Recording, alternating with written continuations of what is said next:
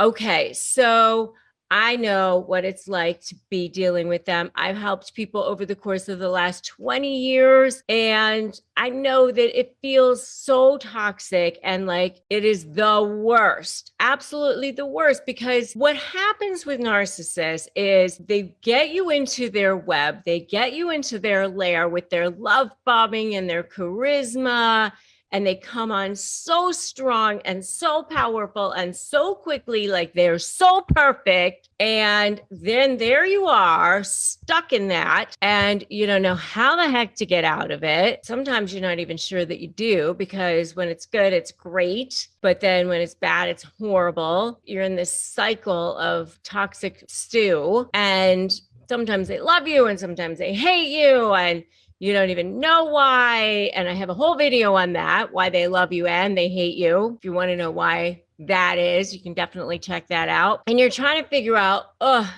what do I do about it? And you feel like, if I do try to get out of it, what do I do?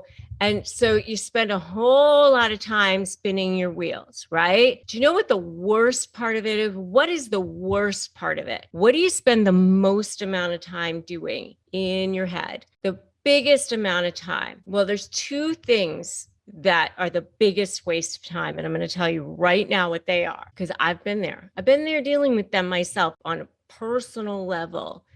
And that's why I'm on this crusade to save you all from yourselves. Worrying and complaining. And I'm going to tell you how to stop it right now. Worrying is like the biggest lie of them all, because somehow you feel like when you're laying there in bed at night that you're doing something, somehow this thing called worry sucks you in. It draws you into this lure of making you feel like you're getting somewhere. You're not getting anywhere with the worry thing. It's this whole what if game that you play with yourself as if it accomplishes something for you, and it doesn't accomplish anything for you. It just brings you to the darkest places. It doesn't actually get you anywhere, because you got to look at what is actually happening. You got to stick with what are the facts in reality? What evidence do you have in reality of what's actually happening? And you got to deal with the what is in front of you situation. And complaining is the same kind of thing. And I'm going to tell you that as a lawyer, especially when you're dealing with narcissists in a negotiation setting, and a lot of you guys who are following me, who are watching me on this channel, you are dealing with a situation. Maybe it's a toxic ex or soon to be ex. Maybe it's a toxic business partner. Maybe it's a toxic boss. Maybe it's a father or mother of your child, something like that. And want to just sit there and go and complain to everybody about how the system is screwed or skewed in some way, how it's not fair, and that everything is against you, that things are biased, and you want to go tell all your friends about it. And I'm telling you right now that even if you get everybody in the whole world to say, you're right, it's terrible, and you get into a whole pity party about it, and everybody is in agreement about it, you're right, where does that get you? Does that help you? Does that get you to see your kid more? Does that get you the resolution that you want? I'm telling you right now, I want you to focus on what is it that you want? Where is it that you want to go? What vision do you want to create for yourself? What is the idealized version of your life that you want to create for yourself? Focus on that. Feel what that feels like for yourself and focus on that and stay focused on that and say to yourself, I'm creating the life I want. And I want you to write that in the comments right now, I'm creating the life I want. And I want you to say that to yourself every single day, every moment of every day, because that is what is actually going to help you. And slaying will actually help you. Creating a strategy, creating leverage, anticipating what the narcissist is going to be doing, being 2 steps ahead of them, focusing on you, your case, your vision. That is actually going to help you. 2 biggest wastes of time in life are worrying and complaining. That will not help you. It's not going to help you with the narcissist. And in fact, I know for a fact that it's a law of physics that like attracts like. And if you continue to think those thoughts, speak those thoughts, talk about those things, that you are going to draw more of that into your life. And so if you don't like those things, don't be thinking about them. Don't be talking about them. Don't be worrying about them. Don't be complaining about them, because you're going to have more and more and more of that showing up in your life. So start thinking about, talking about, and be focusing on the things that you want more of in your life, and you'll start seeing more of that showing up. So start creating what it is that you want, focusing on what you do want, and you'll start to see more of that showing up in your life. So I've been there. You're dealing with a toxic personality, maybe one, maybe more. There's what they say is 1 in 10 people are narcissists. Who knows? I mean, it could be more than that, but that's what they say. And so the bottom line is there's not one single one of us who is immune. Every single person, every one of you listening to me today, all of us have had to deal with this toxic personality type. And it is never any fun. They don't make it any fun. They're not enjoyable to be around. And one of the ways that you can definitely know that you're in a relationship with one of these people is when you're with them, you don't feel good. You know, when you're with people who have great energy, who, you know, just shine from the inside out, they make everybody around them feel better when they're around them. You know, one of the books that I read a long time ago, and I highly recommend it, is called The 4 Agreements. And I love that book because it's 4 agreements that you make with yourself. I'll put a link to it below if you want to grab a copy of it for yourself. But basically, one of the agreements is never to take anything personally. And the reason why you don't take anything personally is because the way people treat other people is always a direct reflection of the way they feel about themselves, good or bad. So if somebody's treating you well, it's probably because they feel good about themselves inside. And I'm not talking about the love bombing, by the way. That's not real treating you well. I'm talking about actually treating you well. People, you know, where you actually feel good after you've been around them. And you know, you can tell, like the little hairs on the back of your head are going up, or the gut feeling inside your stomach, you know, that pit in your stomach. You can tell that if you are in relationship with a person who's just not making you feel good, who's kind of making you sick, who at night you're worrying about it, or during the day you're worrying about it, and you're walking the dog, you're worrying about it, and you're thinking about it, and you're ruminating on this. I know I'm a ruminator, and so, you know, for me, that's what I end up doing. So what can you do to get rid of this toxicity in your life? Well, the first thing that you can do is start pivoting your thoughts. Start going, okay, I feel this thought coming in, and I'm thinking about it, and now I see that it's there, so let me clear that and let me think about something else. And I recently just heard about an exercise that I think it was Oprah had said she'd gone to India or something, and she had been talking to or met with this guru over there, and he did this like meditation exercise with her. And what he had her do was visualize things and then put them out of their mind. So it was like this, something like this. Close your eyes.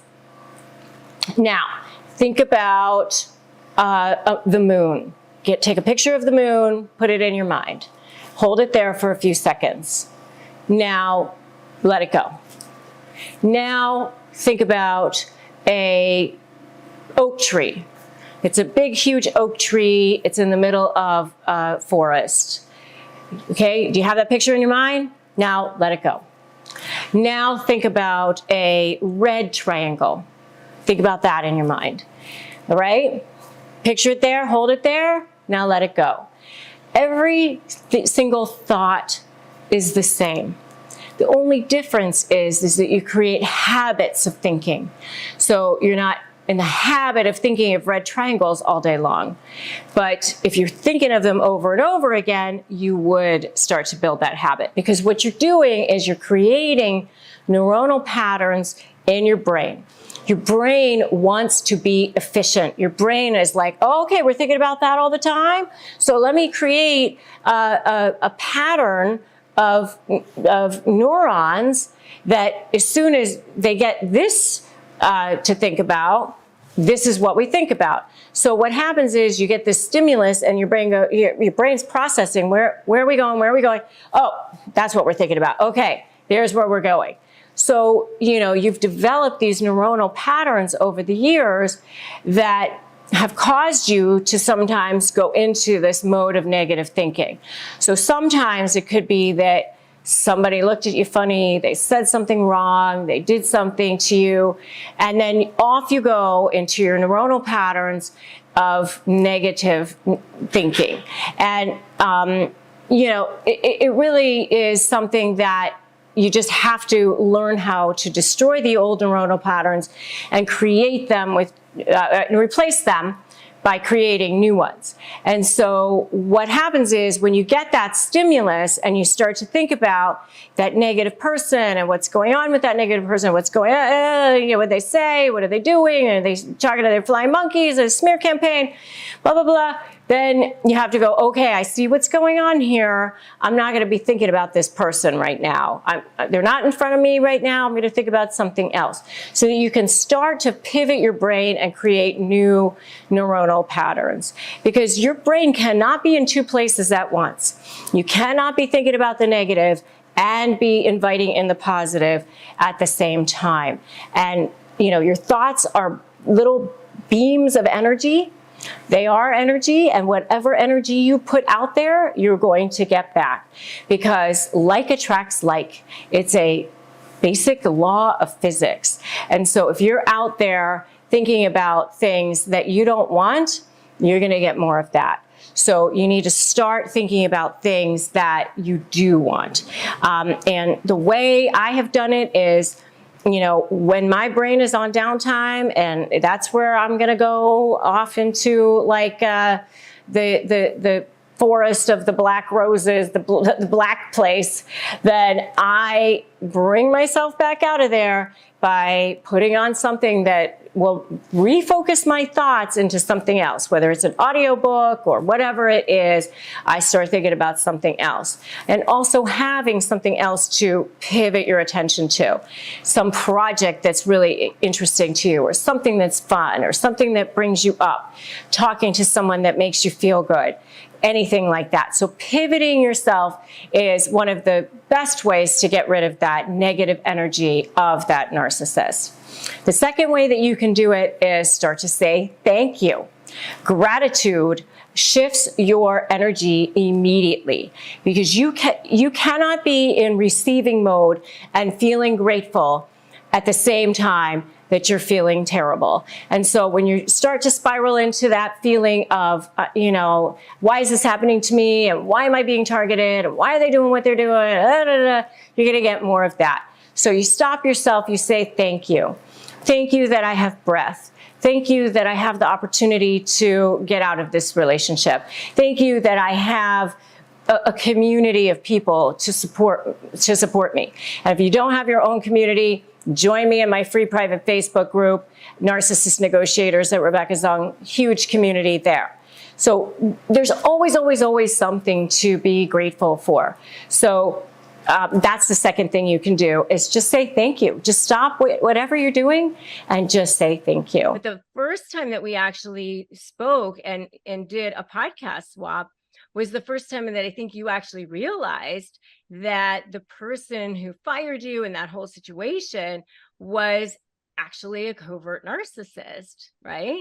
Yeah, no one had ever articulated it like that to me. I didn't really know the definition of a narcissist. So as we were in real time talking through that situation that occurred for me now 6 years ago, you came to the conclusion live while we were on the show. You said, this woman was a narcissist, Heather. And I had no idea. It was shocking, to say the least. Yeah. So let's talk about that a little bit more now that you've had a little bit more chance to process that. Tell me more about that situation, because I think it would help so many people to hear like how that person was for you at the beginning, how it kind of started unfolding for you, how you felt while it was happening, and, like the whole kind of situation, how it unraveled, the whole thing. Sure. So I was at that company for 14 years. And like many people listening, you work with people in a company, you don't necessarily see them every day if you're not reporting into them, right? You don't deal with someone every single day. She was the CFO of the company on the financial side. I was on the operations side and sales leadership. I started as the VP of sales for the company. So we didn't work together every day. I actually worked for her brother, who was very different personality and persona than she had. And when I first started working with her, she was very much an introvert. She was always back at the corporate office, punching numbers into calculators. And I didn't see her very much. But over a decade, working with somebody in the same company, situations arose, and I definitely am an extrovert. I'm very outgoing. And when there's opportunity for me to reach more people, I'm the first one to raise my hand and go for it. So I'm sure now that I look back, she did not like that along the way, but I was oblivious to it. I just wasn't even noticing. I was doing my job, doing well, getting opportunities. And I'll never forget, a few years before I got fired, I started seeing a huge change in her. She started dressing differently. I remember she got breast implants. She started wearing her hair differently. She started showing up at events, getting speaking opportunities. This woman never came out of her shell prior to this. And I saw this complete change in her. And I remember one time I went up to her at a cocktail party and I said, I'm so curious as to what's happening with you. You've evolved so much. Would you mind sharing with me, like, what are some of the tips and tricks that you're doing to get to this next level? I'm seeing it in real time on the outside. And she smiled at me and nodded and said, I don't know. If I ever think of what it is, I'll let you know. And I remember I left that night feeling badly about myself. And I remember thinking, like, oh, Heather, you're so stupid. Why, she's just being herself. Why can't you just have growth? Now, here we are years later. She hired a publicist. She hired a professional speaking coach. Like, she had a personal shopper. I mean, she had invested so much in herself. She just didn't want to admit it to me, right? Literally down to she was having surgery on changing how she looked. But she didn't want to be honest or transparent with me, which left me feeling kind of badly that, oh gosh, I'm just trying, I'm not growing at the level another human being is. It's my fault, whatever. And so that was sort of the beginning of when things went awry with her and I. Little did I know, behind the scenes, she was making a play for the CEO position. I had no idea. And I was doing my job, doing a great job during the time. And suddenly her father became ill, and unexpectedly, no one thought she would make a play for the interim CEO. She did. And she had been working the board behind the scenes, and she was elected interim CEO. We were all shocked in the operational division because she never had anything to do with us. Her brother, who I was very close to, we were all completely shocked. And so suddenly I was reporting in to an interim CEO that I really had no rapport and relationship with. And that's when things became hell on wheels. I mean, every day, passive aggressive, not including me in conversations, ignoring me. I was the only other woman in the C-suite with her. She would never say hello to me at meetings. She'd walk by me as if I wasn't at the table. I could raise my hand to want to contribute, and she just would look beyond me. It was, not following up with requests for reimbursements, for payouts for my team, just this game that would ensue. And I couldn't win because she was the one holding the pen, with the checkbook at the end. Oh, yeah. So all of a sudden you became a threat to her. And when you are a threat, you will always be the target. That is for sure. Yeah, right. But everybody else probably thought that she was so nice, thought that she was so great. And so what happens with people like that is there's always some element of plausible deniability, right? There's no Yes. way to tie it back. There's no Yeah, way because to she could tie it always back. say, "Oh, Heather misinterpreted what I was saying," or "Oh, I didn't realize that I didn't notice her." Or was all these small infringements that were actually really big. Right, right. So you just always, so there's no way that you could actually tell people about it. I mean, that's the thing that I always tell people about covert narcissists, because when you go to tell people about it, they often say, well, that doesn't seem so bad. Well, Toughen up is what people would say to me. Toughen up, Heather. Come on, don't be a baby. Since when are you a baby about things? yeah, yeah. Or, it doesn't seem so bad. It seems like it was probably inadvertent. It seems like, well, they're usually so nice. Maybe they had a bad day. Like even now when I go to tell people about the things that the other person was doing, they're like, okay, it doesn't seem like so bad, but over time, it just starts to add up, add up, add up. And you just start to, you feel like you're going crazy.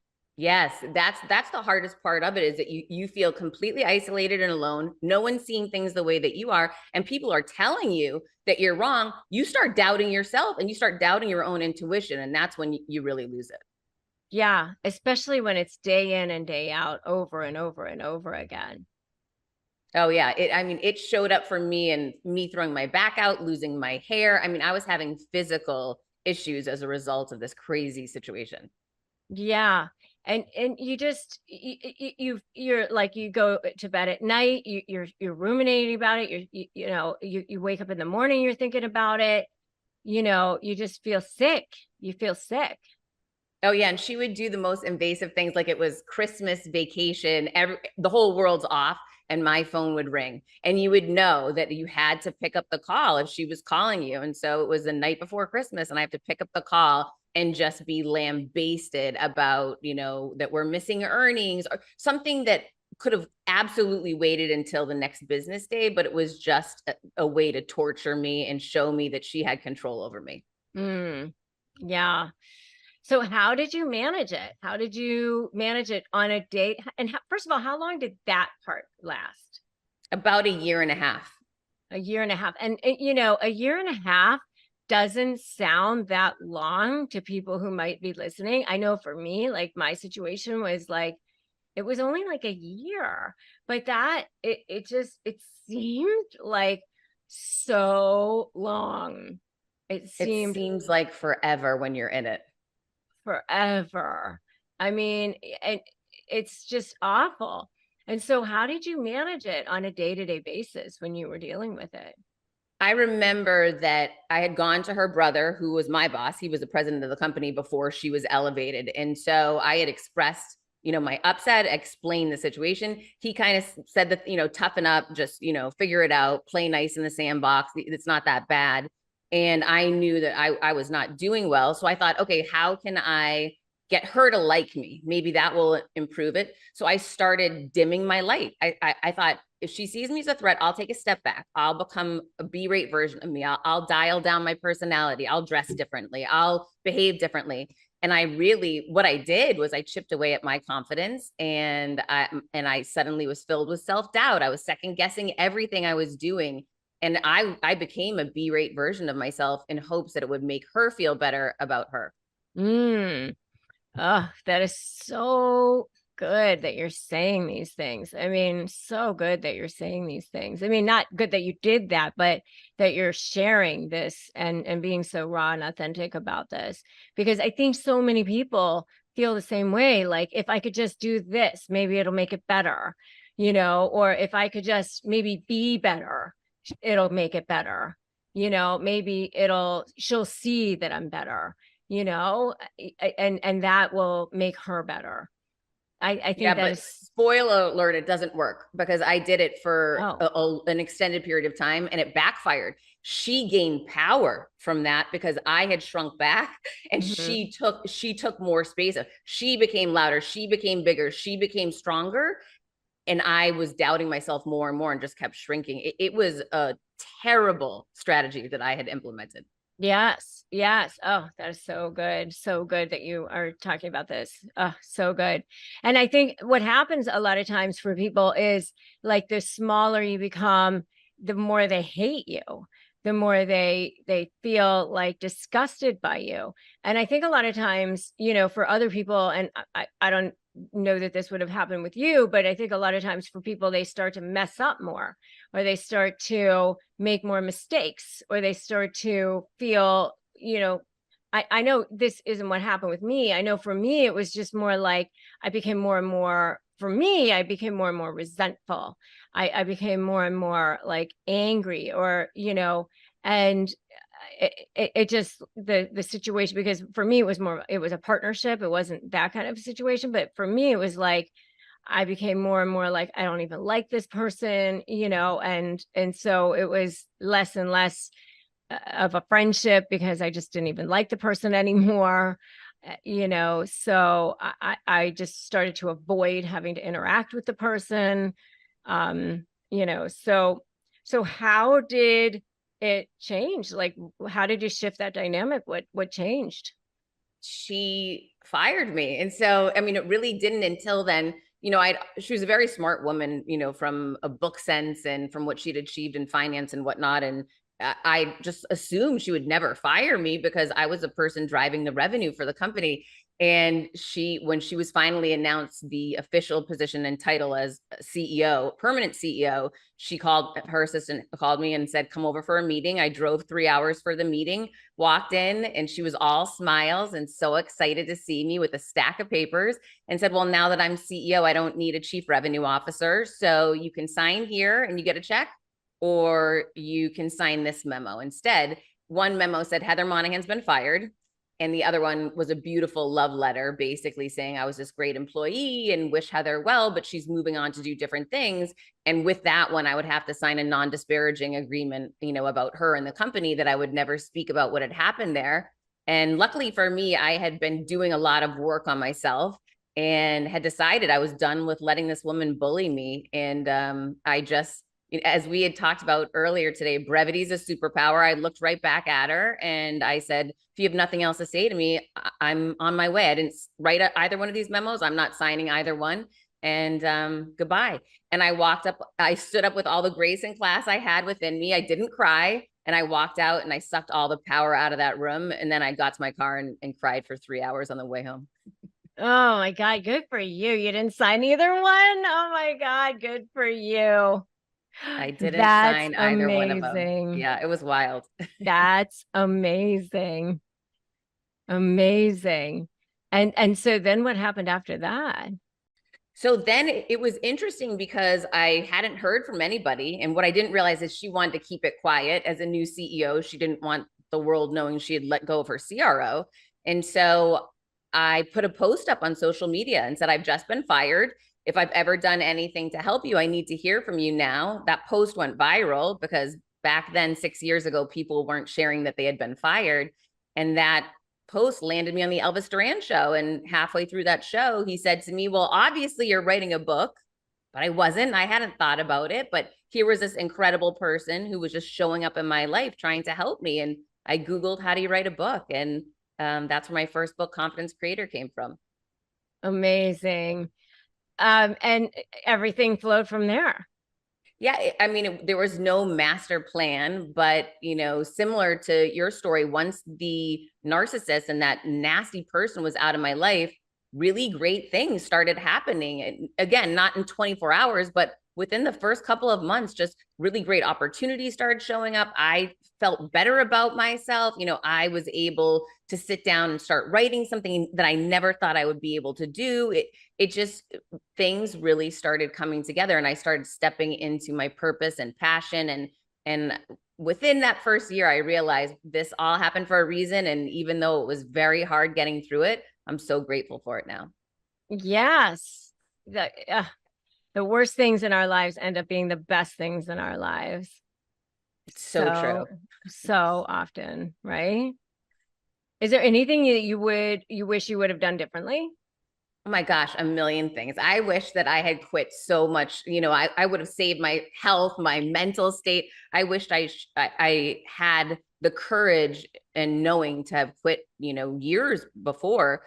However, the other thing on the flip side of being fired was for a while, I was really angry at her and I would Google the stock price and I wanted to watch the stock drop. Like I was fixating my attention around negativity and around her and around them, and it took me about a year before I stopped doing that. And then I just decided, I'm not interested. I'm interested in my future and the people that I'm now running with, working with, and doing great things with.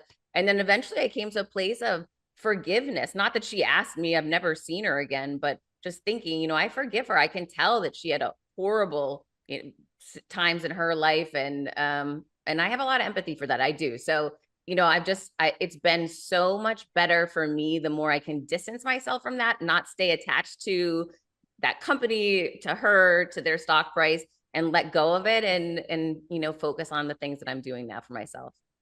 So, do you have any regrets about that situation or that company? I mean, I do wish that I had left, earlier, because it would have been better for me mentally and physically. I didn't have to go through that year and a half of hell. Now I realize that was a choice, but at the time it didn't feel like a choice. I used to say, I have golden handcuffs. I can't leave. I would really, say that out loud. I realize now I was choosing to stay in a toxic environment and choosing not to give myself the chance to do something else. So for anyone listening, if you're in a horrible situation with, people bullying, you don't need to stay there. No matter how much you think you might be stuck, there's always a way to get out of it. Yeah, I think, and it's such a great message. And I think a lot of times there's so much power in the words like leap and the net will appear.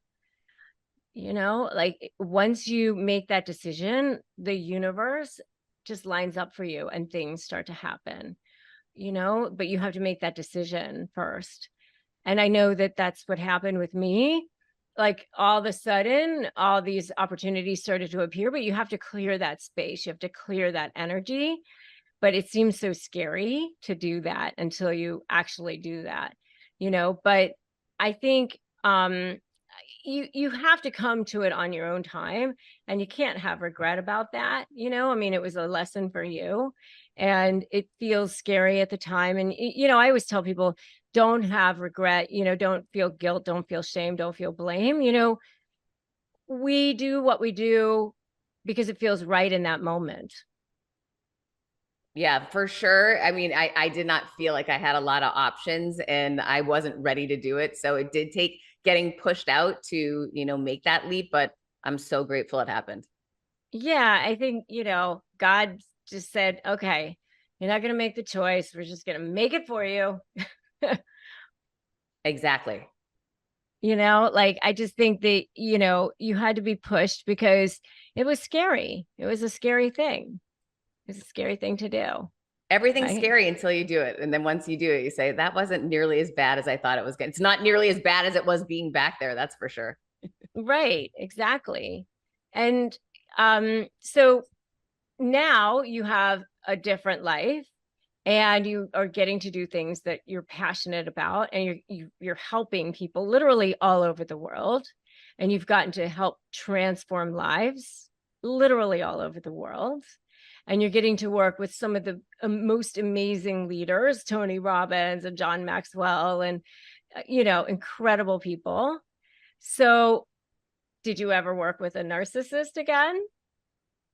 It's interesting because you opened my eyes to this just really very recently in the past couple of years. I'm not an expert like you are, but it's something that I stop myself to try to notice when I feel a little different right now. Like, wait a minute, am I being triggered remembering what it was like to work with this other woman? Or, and again, I worked with that woman for 14 years, so I knew her very, very well. It's different when you just meet someone, but I'm certainly pausing to say, wait a minute, what is it about this situation I don't like? And do I want to put myself back in this environment again? But I've also learned I can show up differently. I can create boundaries. I can handle it differently so that I'm treated differently. I don't need to show up as that person that ended up becoming a B-rate version of myself again, nor will I. So, I think that I have met some along the way.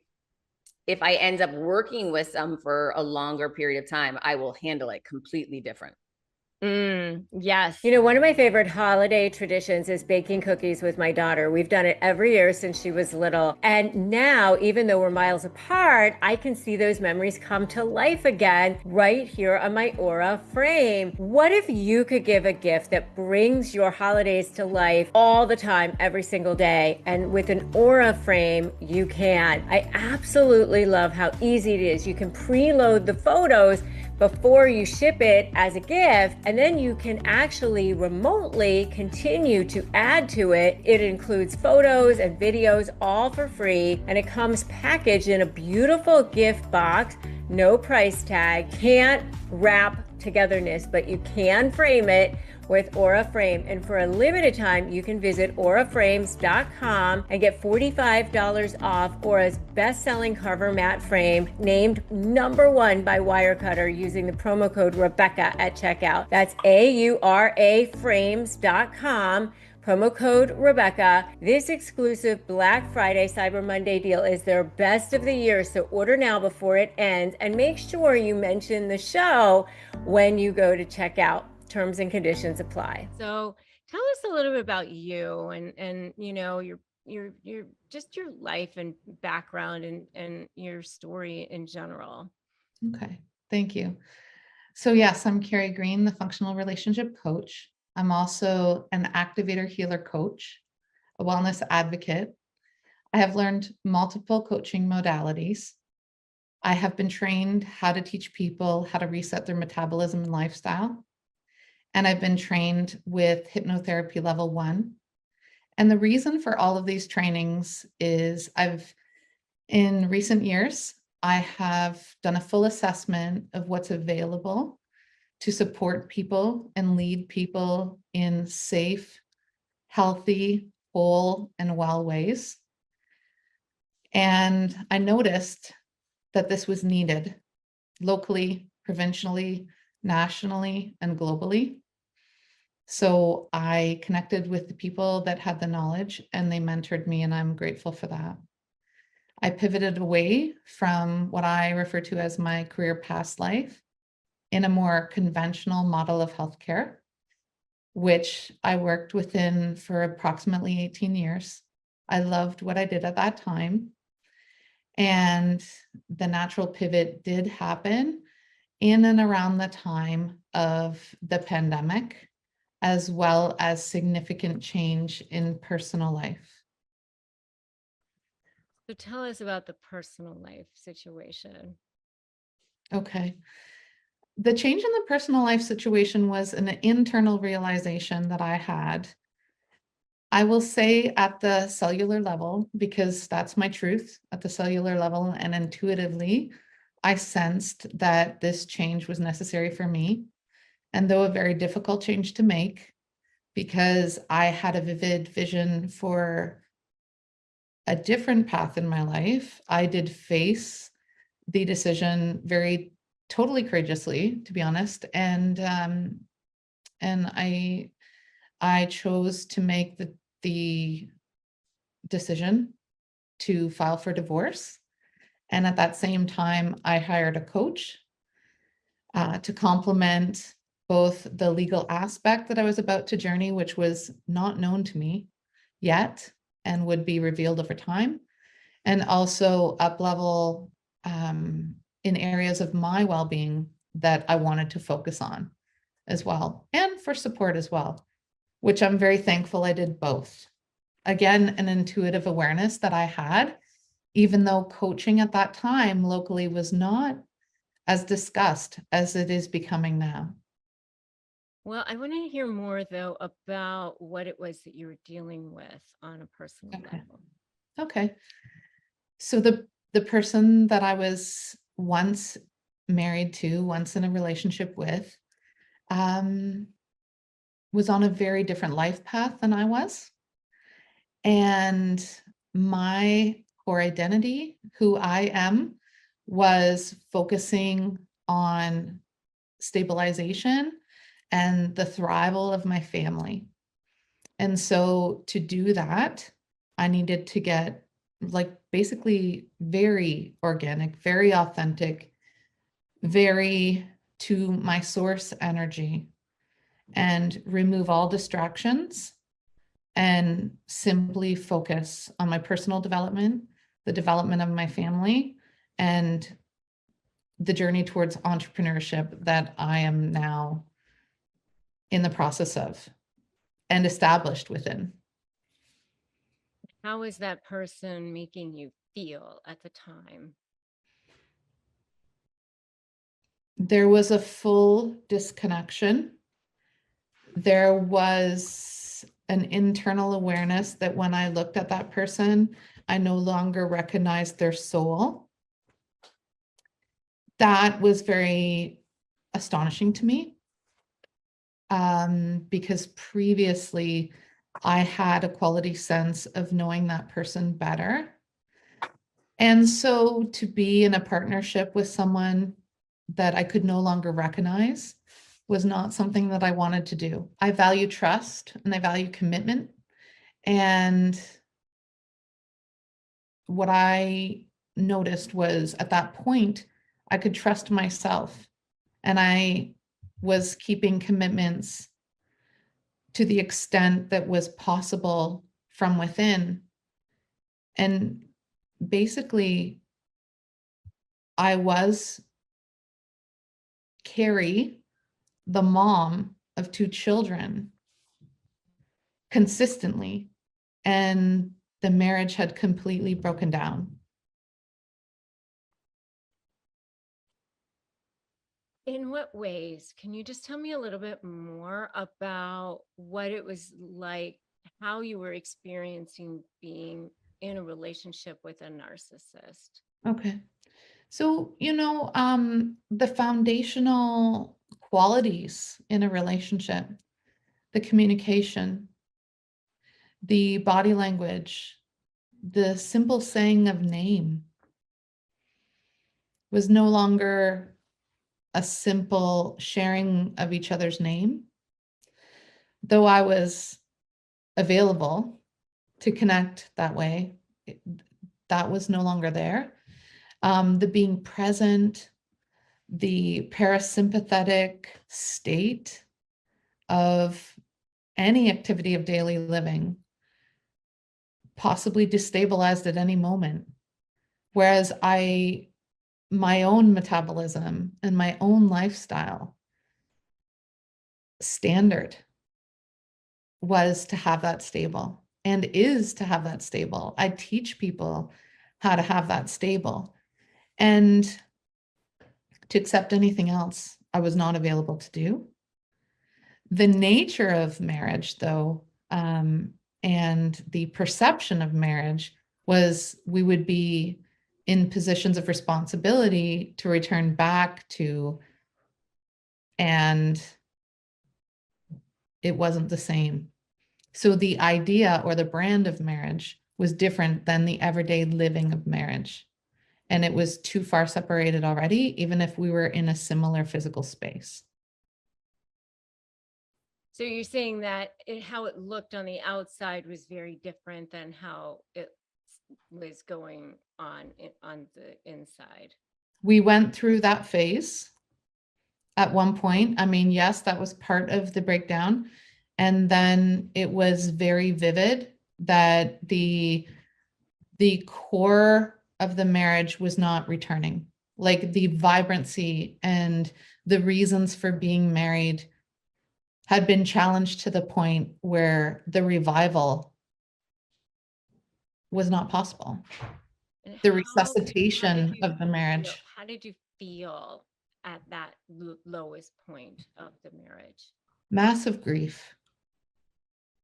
And how else did you feel? I felt like he should have opened a bank account to fund his own divorce, because in fact, that lifestyle needed to be paid for, rather than having me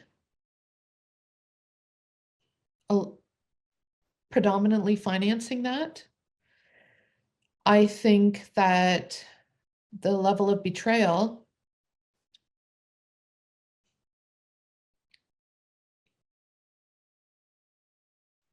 to wisely neutralize that level of betrayal with resourcing the divorce would have neutralized some of the emotional impact, because the lifestyle is the narcissistic lifestyle, and to actually the narcissistic lifestyle is quite expensive. It's not without a cost. There's a massive human cost to it. Mhm. Emotionally, in all areas of life, to be honest. And so I refocused as quickly as I could on myself, no matter what. I leveled up in my personal awareness of how to perform being Carrie Green, being mom to I my just want to children. stop you there for a second, because Yes. I just want to commend you on what you just said, Mhm. because I think what you just said is so powerful. And it is so exactly the way so many people feel, Mhm. that it's not just the cost of the divorce or the attorney's fees or it's the cost of the betrayal, it's the cost of the emotions, it's the cost of the life that the dreams that you're Yeah. not going to have, the Yeah. future that you thought you were going to have together, that you Mhm. don't get because they stole it from you. I often envision it like, to tell someone outside of me, it would be like Harold, similar to if someone could envision that's never experienced it, it's like the taking from the Egyptian pyramids that shouldn't be happening or that shouldn't have happened. It's like taking from the pyramids all of the treasures that are or that could be. It is so powerful, and it Yeah. is so excellent Yeah. in It's the hard. way that you are aptly putting it, Yeah. because the cost isn't just that. And the problem is that the separation, Mhm. because so many people have a hard time with trying to separate out and getting the judge or getting the mediator or getting the lawyers or getting the people in the system to want the narcissist to pay for the that for the cost of the stolen things that, when, hey, I signed up for this, Yes. And I and believe you that stole that from me. well, and I believe that it could be better measured, like annually or every 6 months, as long as both people are agreeing to truly look at their vision, to truly look at their common vision, and to share that, and to reflect back in and to personally develop. Um, like truly, honestly, without the distraction of the outer world, because we all know that the distractions in the outer world are magnified. They're heightened more than ever. So yeah, just like authentically being aware of who we really are, who each other really is, and then growing from there. So the growth was no longer occurring together. And But therein lies the problem. And that is so aptly put, because therein lies the problem. Because, Mhm. you know, that's not what the court system was designed to do. It, you know, you can't make the person whole for Mm. that, you know, unfortunately. And you know, but that is is so aptly put, you know. And so, you know, that was the huge hole, you know, and yet, and then there you feel powerless, and there you feel paranoid, because you're left with this gaping hole, and you're left feeling like, oh my God, everybody's going to believe them. Everybody's going to believe, you know, I was already seeing that. I yeah. had already faced that. I had already up-leveled my own personal perspective on that, as to no matter what people's perspective, that is a reflection of their own perspective and not who I really am necessarily, unless it's in alignment with my truth. So the way that I experienced that was to neutralize my perspective of their perspective. Mm-hmm. Mhm. Okay, so how did you then start to grab a hold of yourself and pivot? There were many times that were like profound moments where I knew it was happening. It was truly self-honoring, um, self-identity, in, reconnecting with who I really was, um, embracing the truth as I knew it to be, and not putting energy towards what I didn't know was, muting that really, because it was no longer my life. It was very empowering, very helpful. That is something that I had already previously like learned to an extent. And then once I met you, it was like, wow, I can advance that even more. And I did. And others as well. However, I'm really grateful, because as I have learned more and more, every like seed and root and inspiration that I had already achieved as a milestone continued on, you know. Yeah. And how you asked me, please repeat the question. How did you You, start to pivot? How did you start to? okay. So I I knew I had that grief, and yet I transformed the grief into a true essence that could become a everyday life celebration. So focusing on wins rather than focusing on something else, and then having that fuel whatever it was that I was creating in that moment, as a thought or as my work, anything. I just put all that energy into my purpose, what I'm capable of, the best version of me. Mhm.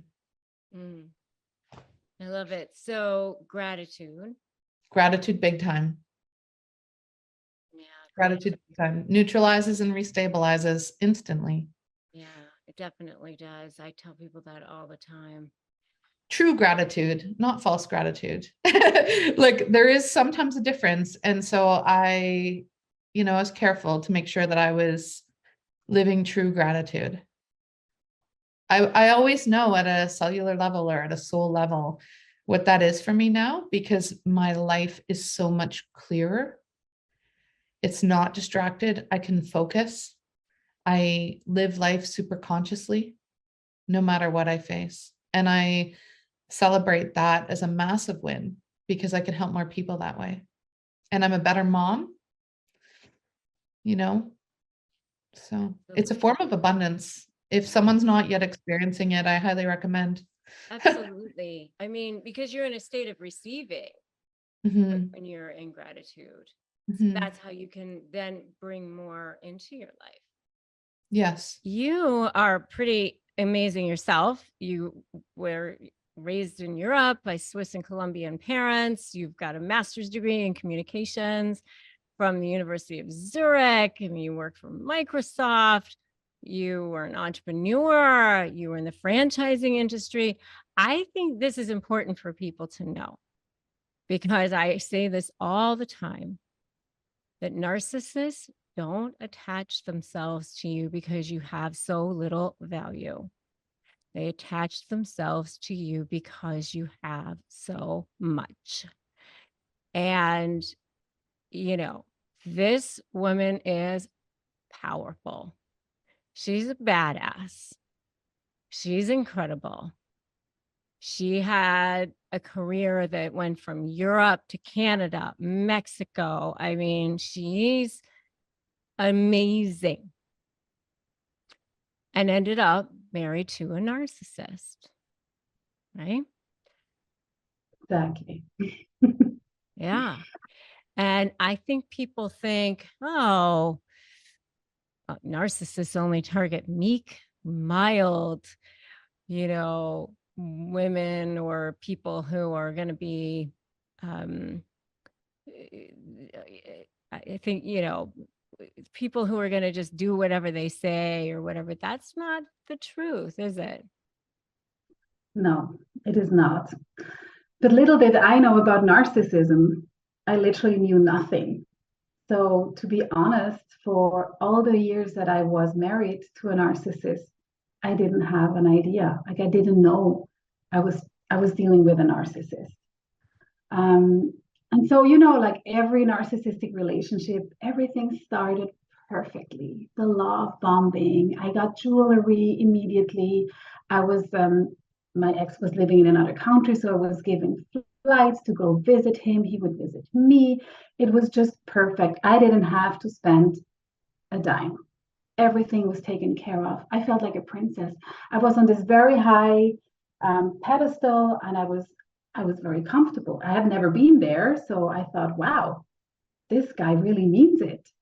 Mm. And so now looking back, it's very hard for me to put the finger at the moment where actually the things changed and the love bombing became abuse. I mean, there was always a little bit of abuse, but let's say it was 10% abuse and 90% love bombing. And then just the abuse would increase and increase and increase. And suddenly there was just way more abuse than love. And I call these crumbs of love what I was getting once in a while. And I was living for those. And my relationship was really characterized by blaming me for the misbehavior of my husband. And I'm talking, he would get out of the car and he wanted to go fight with another driver on a red light. And while I was pregnant, sitting beside in the car, like dangerous behavior, reckless behavior. But I was taking the blame. I was the reason why he was in a bad mood. I was the reason for everything bad happening. I just took it. I just took it. I took every blame. I started to believe that I was crazy, which was his favorite thing to do. He was a master gaslighter. And I just took it on. I was like, okay, I'm crazy. And I went to therapy throughout the whole relationship. I also started self-harming. I was in pain. My neck hurt, my back hurt, even my throat hurted. And I was becoming like almost two people. I was one person at home. I was sad. I was sometimes fighting. Sometimes I was in freeze mode, so I wasn't even reacting. I was just trying to survive.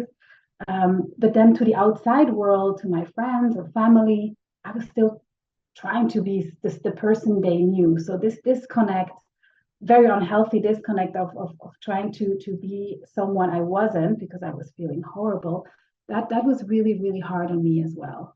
And so there was a lot of depressive moments in our life or in my life. And at that time, so I moved to another country for him. But then we moved back to Canada. And then he hated Canada. Everything about Canada was horrible. The people, the language, the food, terrible. And again, I took the blame because I brought him here. And so the relation went on. We had a first child, a second child, and things just went downhill, downhill, downhill, downhill. But again, I did not know I was dealing with a narcissist. I was just a master in taking on the whole blame. And I didn't know. So thank you for being so willing to share and being so willing to be open, first of all. You were going to help so many people by doing this. Second of all, I want to take you back because I think it's going to help people if we go back, because there are so many people who are going to be listening to this who are where you were. And so I want to go back to that place where, first of all, what kinds of things did he say exactly to get you into, what kinds of words did he use for the love bombing? What kinds of things was he saying during the love bombing stage? I think after about 2 hours of our first date, he told me he feels a connection that he's never felt before, and that he thought we were soulmates. About that's so the second time I saw him, because again I was living somewhere else, so when I came back, the second time I saw him, he asked me if I wanted to be his girlfriend. And instead of thinking that's not normal, I thought, wow, he's so in love with me.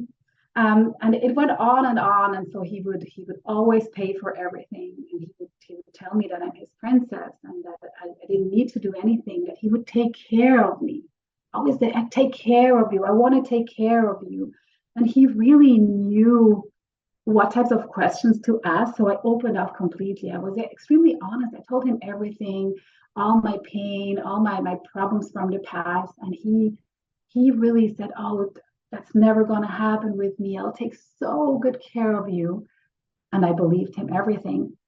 Another thing he was very good at is future faking. So I'm very goal oriented at work, but also in life. I always know where I'm headed. And I always have my goals and my dreams. And coincidentally, his goals and dreams were completely aligned with mine. And that's also one of the reasons why I stayed in the relationship, because I thought, well, at least we have the same goals and the same plans for the future. Mm-hmm, mm-hmm. But it was all a lie. Right. And what kinds of red flags did you ignore? Oh my God, Rebecca. There were so many red flags, but it's also, now I know they were red flags. Some of them I just didn't know. It was really the lack of knowledge and information that I had at that time. But just the relationship evolved way too quickly. And because also the distance, I just moved with him right away. A couple months later, I was pregnant. It's just the pace of the relationship. And his humor was only mocking people. And he would mock his own friends. He would mock his coworkers, his bosses. Like everybody around him were idiots, stupid, ugly. And that did bother me, because I'm a very positive person and I always see the good in people. And he would say that about people that I really loved. And that was very hurtful for me. That was a big one. And he was always unhappy. So he is a covert narcissist. So the victim, so always being the victim, that's a very typical one, and a victim for everything. He was always unhappy. He always painted a picture of himself like he was a superhero, but because of everybody around him, and then also including me, he wasn't able to achieve his full potential. Mm-hmm. Mm-hmm. Yeah. And then of course that turned to you, right? Of course. Yes. And so how did that happen? How did the devaluing start? It's very tough to say exactly that moment, but it has I think it was around the time I got pregnant the first time. I was very focused on being pregnant for the first time. Number one, number two, I was very nauseous. I felt bad. So I was focusing more on me than on him. And I think that was terrible for him. So the narcissistic supply that I was usually giving him all the time wasn't coming as he was used to, and that he couldn't have it. He couldn't have it. He was horrible to me when I was pregnant. And I think that's when the shift really happened. And we never came out of there. Yeah. How long were you in this relationship? Total 7 years. Okay. Okay. Yeah. And how did you feel at the darkest place? Can you give us some color around that? Can you describe how you felt? Well, absolutely. I always had symptoms, so I always was in pain, like physical, but I went through phases of depression. I had a very low energy, and you see me, I'm a very energetic person. So for me to be completely low energy, I could barely get out of bed, and those symptoms just became more and more severe. I was self-harming, and at the end of the relationship, I was self-harming daily. And the worst moment was I had given up on myself. I believed I stopped fighting, fight, flight, freeze. So I stopped fighting and just completely went into freeze, accepting that I'm crazy, that I'm a horrible mother, that I'm a horrible wife, and just altogether a horrible negative person. I took it in and I just completely accepted that, just to be in peace. I just didn't want to fight anymore because I had no more energy. I was in absolute survival mode. And I could feel almost like as if I was beside myself. I was so far away from me as who I am, from my essence, that I could feel myself being beside me. It's the worst feeling in the world. Wow. You could feel yourself being beside you. That is so powerful. Like your true self almost. Yeah. It's almost like your soul Yeah. is Well, inside you, in there it was really somewhere. bad. Like your real. So I almost get the chills. Yeah. Yeah. So how did that change? Where did the pivot happen? So I'm still not knowing that I'm dealing with a narcissist. So I'm at these very dark places, still thinking that's just me and something is wrong. And I was constantly researching personality disorders for me to see what's wrong with me. And then being a mom of two little children, not being able to function the way I wanted to function for them, like it was very, very, it was killing me. It was really, really bad. And it was a more coincidence. So on an average day where I was being told that I'm a bad person and that I'm crazy, my ex-husband went on to tell me, you're not even able to do therapy right. Oh my God. I kept thinking, oh yeah, because I had given up on myself. I didn't even continue therapy at that time. I said, oh, good idea. I'm going to go back to therapy. So I make an appointment. It is COVID, so the appointment happens over the screen, like we're talking right now. And I'm just sitting there and I'm saying, I'm here because my husband says I'm crazy and that I'm not even doing therapy right. And the therapist tells me, is he a gaslighter? Is he gaslighting you? And I'm like, guess what? I had never heard that word before. It was a new word. What is that? So she sent me over a little overview. I'm starting to read. So all like sentences that gaslighters use a lot. Things like, I never said that, you're crazy, you're too sensitive. And my eyes like popped. I'm like, I cannot, this is a thing? Like people do that on purpose? I couldn't believe it. It was like she just lit a match in a very dark tunnel and I'm like, what is happening? I couldn't believe it. This was a thing. And then she went on and said, He probably also lacks empathy. Sends me the next overview. And I go through the list again. I'm like, oh my God, it's him. This is my husband. So I had a lot to chew on. I went home for the next 3 nights because during the day I was still a mom and a wife.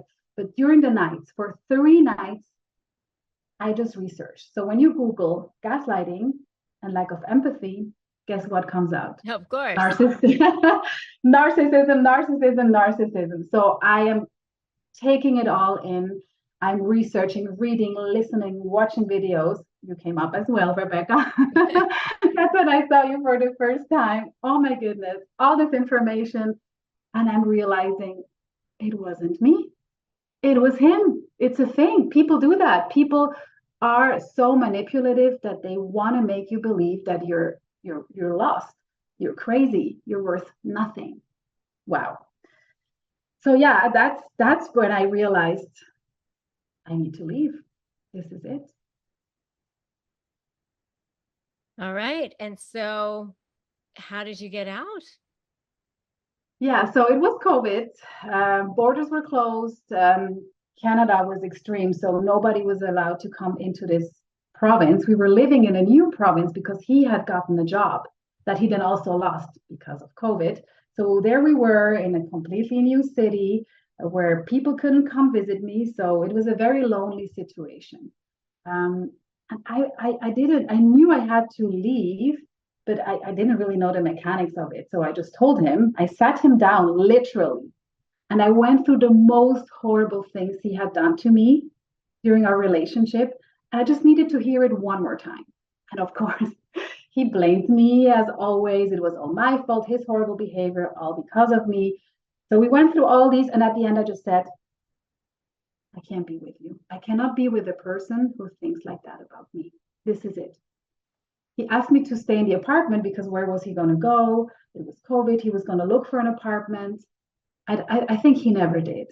And then he started spiraling. So he went from anger to very abusive to aggressive. And again, I have 2 little children, right, in the same home. And he was completely unpredictable. I didn't know, what is he going to do the next day? Is he going to be angry? Is he going to be sad? He would sometimes cry for hours. He would go away, go drink, and come back. So I was getting more and more scared because I didn't know if we were safe. So I started at nights, he didn't sleep. So at nights I would go with my children, lock the door, put all the furniture of the kids' bedroom in front of the door. And I did that a couple nights. And then I was like, what am I doing? Like, I already realized he's a narcissist. I already know what he is. I am scared at home with 2 little children. There has to be something I can do here. And so I called one of my friends from here and she said, why don't you look up women's shelters? Like, oh, okay. And I called them and I'm almost apologizing, thinking I do not qualify to go there. Yeah. And I'm giving them my story and they're like, okay, is he home right now? No. Okay. Pack your things, pack the kids, come here immediately. And this first conversation with people who understood me and validated what I had gone through, it was so liberating, Rebecca. It just felt so good. And from there, the locks were changed at the door, and that's literally how I came back. So that's how I left. Oh my gosh. It's so, I mean, were you like adrenaline flowing and? Yeah, absolutely. But the thing is, there's the degree of manipulation, and that's what they told me at the women's shelter. Like, try to talk from yourself. We feel like you're still blaming yourself. You're still making excuses for him. Just try to talk from your own self. And I was in shock. Like, I couldn't. I had such a hard time doing that. So yeah, it was an extreme experience. Yeah. I'm so proud of you though. I mean, so strong. And somewhere around there, that's when you found the slave program. Rebecca's voice and content has been with me throughout the most darkest moments in my life. And it was a light in a very, very dark tunnel that I had to go through after I entered a relationship with my ex-husband, who was a narcissist. Her words, she doesn't sugarcoat, and that's what I love about her. Her words were always with me and gave me a lot of power and gave me what I needed to get through this. If you are divorcing a narcissist, if you're separating from a narcissist, you really need to listen to Rebecca Zung's program. It absolutely is helpful. It helps you get through the worst moment in your life, and it's a light at the end of the tunnel. So, and how did the program help you shift your mindset to feel empowered and all of that? So I was I felt extremely great after I had just left the narcissist. But then after I got a lawyer and I was told, your kids have to see their dad. That's when my new great world just broke again. And I was again, like, I felt terrible again. Like, how is this possible? How am I going to give my kids into the care of this man? And I felt like a victim. I felt like a victim from the legal system. I felt like a victim because the narcissist seemed to get away with everything. I had some people in my friends and family circle who were blaming me, and they had some very rough things to say, because separation, with little children is not a thing you should typically do. And I felt very, very small, and I felt like excuse me, I felt like a victim.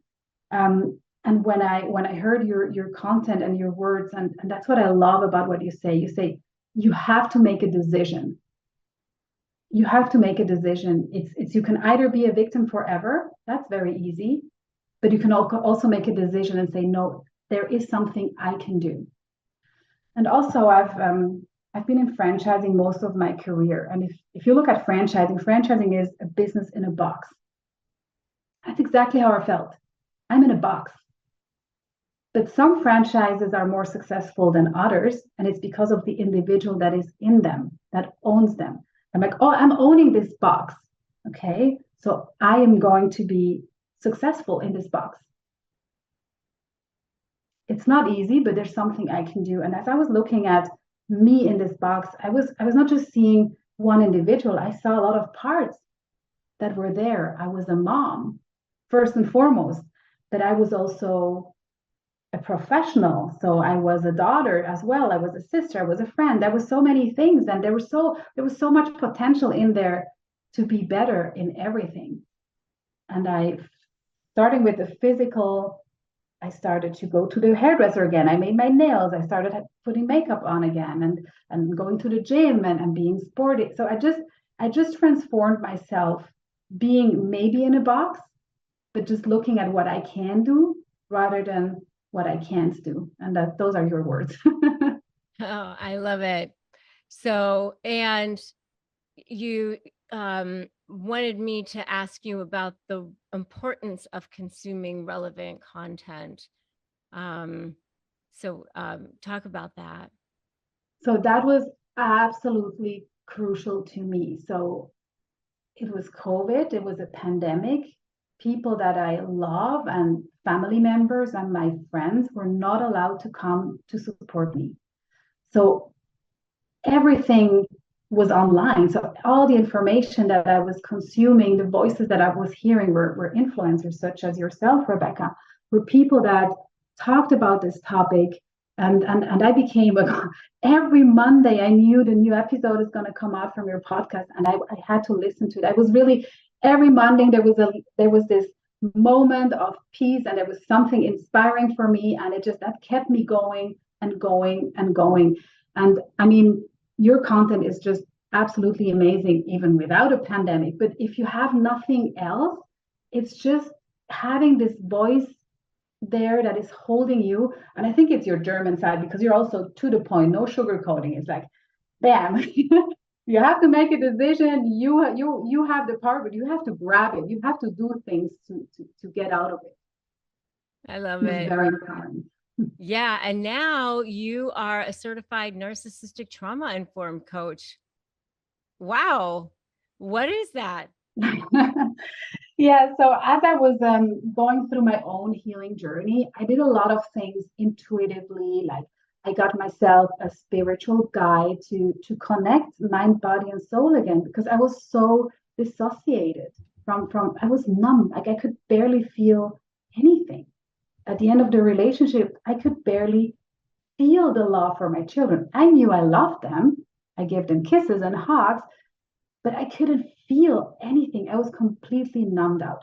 And so, with a lot of meditation, we time traveled, we went to my childhood and made sure that we also got rid of everything that had happened in the past, which is what brought me into a relationship with a narcissist in the first place. So, I did a lot of things very intuitively. And then I found this training that now also put the science behind everything. And so I'm using now parts therapy, internal family systems, polyvagal theory, somatic belief reprogramming. That's when you rewire the brain, and hypnotherapy. So really all these elements, but they're all focused on healing from narcissistic abuse.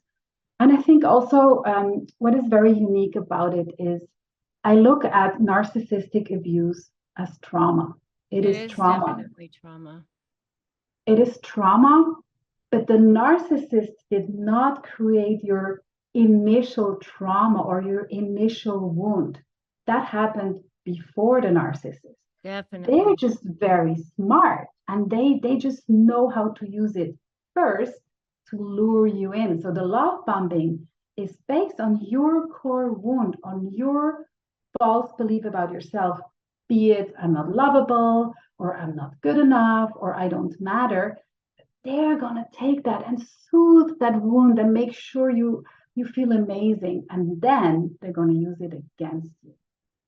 And that's why when you're able to realize what is my core wound, what happened to me, what brought me to this narcissist in the first time, if you can go there and heal that wound, I mean, then you're golden. And not just for yourself, but for your children. If you're a parent and you're able to heal from childhood trauma, imagine what type of a parent that makes you. It is so hard to go from where you are now to where you want to be. It feels so difficult. And I know when I'm doing my master classes, when I'm teaching, when I'm around the world talking to people, that's the one thing. It's like, how do you get from where you are now to where you want to go? And, you know, where you are now, a lot of times is this dark hole, this place that feels so hopeless a lot of times, or just drained or just exhausted.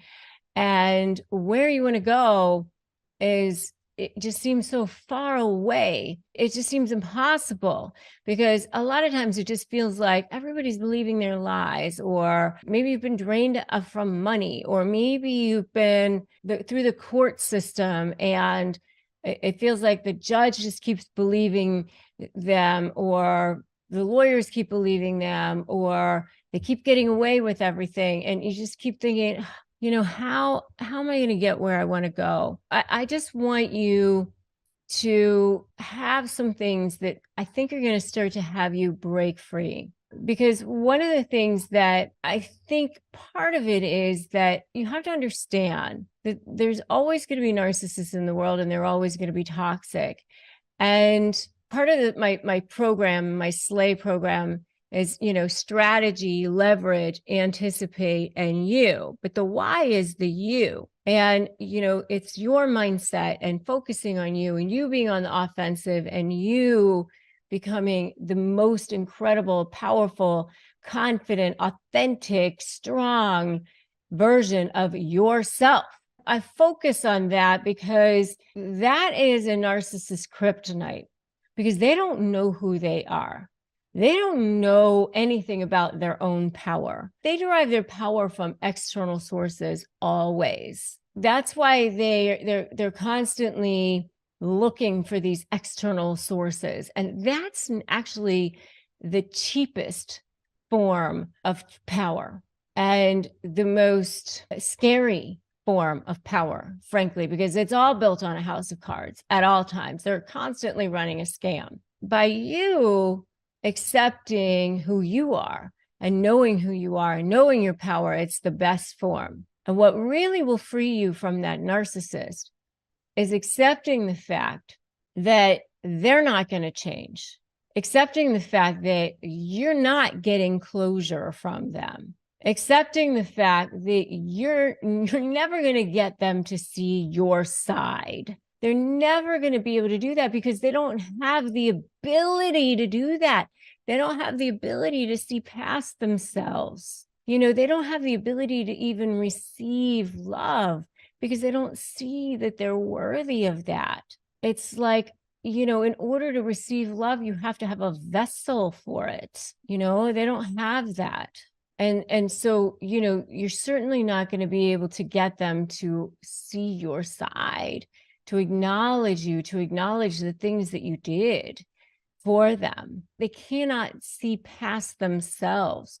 It's like a person who has a massive, huge toothache, you know, and they're in such pain, they can't see what's happening beyond that at that moment because all they can think about is getting to the dentist and getting out of that pain. And that's really what's going on with them at that time. They're in massive survival mode all the time. So you're not going to be able to get them to, you don't have remorse. You're not going to be able to get them to give you that closure. You're not going to be able to have them stop and give them that resolution, that thing that you want, that loop closed. It's not going to happen. And by you constantly wanting that, or you thinking that you're going to somehow beat them by getting them to see that you won, you're never going to be free. Because every time you try to up that ante, they're going to try to up it too. The best thing to do is, you know, let them have the optics of whatever. You know, if you can get what you want, but kind of not let them even know that you got what you wanted, great. Who cares? Take your ego out of it. Throw them off the scent. Do your best acting job. Ask for way more than you want. And then if you get basically more than you wanted or something that you wanted and they didn't even know that you ended up with what you wanted, who cares? Because the bottom line is you're free, and wish them well, send them light because they need it. You know, down the road, you're going to be free and you're going to be able to get whole and you're going to be able to get healed and you're going to be able to go and get the help and support that you need. They're not, because they're never going to ask for it. They're just going to keep going down the road and trying to get more supply and continue to keep repeating the same patterns. And to be honest with you, they're probably going to go find some other source of supply that's less than you, and they're going to wish that they had you back. And you're going to have a bigger, better life that's going to be more fulfilled and more authentic and more whole and real. And you're not going to want them back because you're going to be healed at that point. So it's okay.